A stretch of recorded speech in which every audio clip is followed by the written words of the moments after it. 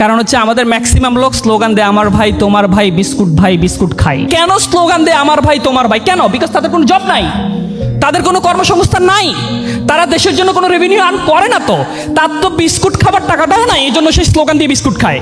বাংলাদেশে মানে সময় বাংলাদেশে আসছে যেই সময়টা আমরা সত্যিকার অর্থে চাইলে বাংলাদেশকে চেঞ্জ করতে পারি।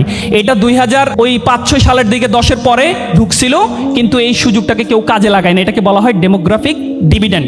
পৃথিবীতে এই মুহূর্তে জনগোষ্ঠীর সংখ্যা হচ্ছে 8.24 বিলিয়ন, আর বাংলাদেশের হচ্ছে 175 মিলিয়ন।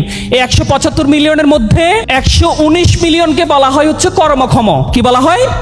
যাদের বয়স হচ্ছে 15 থেকে 63-64।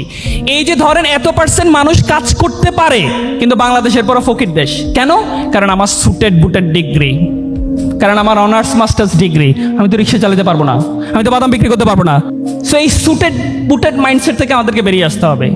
যদি আমরা আসতে না পারি তাহলে বাংলাদেশ সত্যিকার তো ওই যে 119 মিলিয়ন মানুষ কিন্তু কর্মক্ষম, আমরা এরপর উন্নত হই না। কেন জানেন? কেন জানেন? কারণ হচ্ছে আমাদের ম্যাক্সিমাম লোক স্লোগান দেয় আমার ভাই তোমার ভাই বিস্কুট খাই। রাইট? তাই না? ম্যাক্সিমাম লোক, আমরা ইঞ্জিনিয়ার, আমাদের জন্য এটা লজ্জার। আমার নামে স্লোগান হবে, আমি কেন অন্যার নামে স্লোগান দেব? আমরা বেলা বিস্কুটের লোভ সামলাতে পারি না, টোস্ট বিস্কুটের জন্য আমি স্লোগান দিই। এখন দেখেন, আপনি যদি সত্যিকার অর্থে, আমাদের ফাউন্ডার যেটা বলছে, আপনি যদি সত্যিকার অর্থে 3 কোটি প্রজন্মকে যদি টেকনিক্যাল শিক্ষায় শিক্ষিত করতে চান এবং আপনি যদি করতে পারেন, তখন বিস্কুট খাওয়ার স্লোগান দেওয়ার লোক থাকবে। সবাই শিক্ষিত, সবাই আর্ন করতেছে, তাহলে দেশ অটোমেটিক উন্নত হবে না?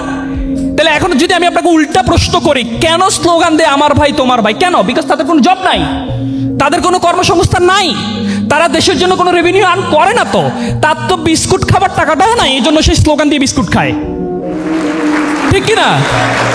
তো ওই সত্যিকার অর্থেই যদি আসলে দেশটাকে উন্নত করতে চাই, বিস্কুট খাওয়ার স্লোগান বন্ধ করতে চাই, তাহলে কারিগরি শিক্ষার কোনো বিকল্প নাই।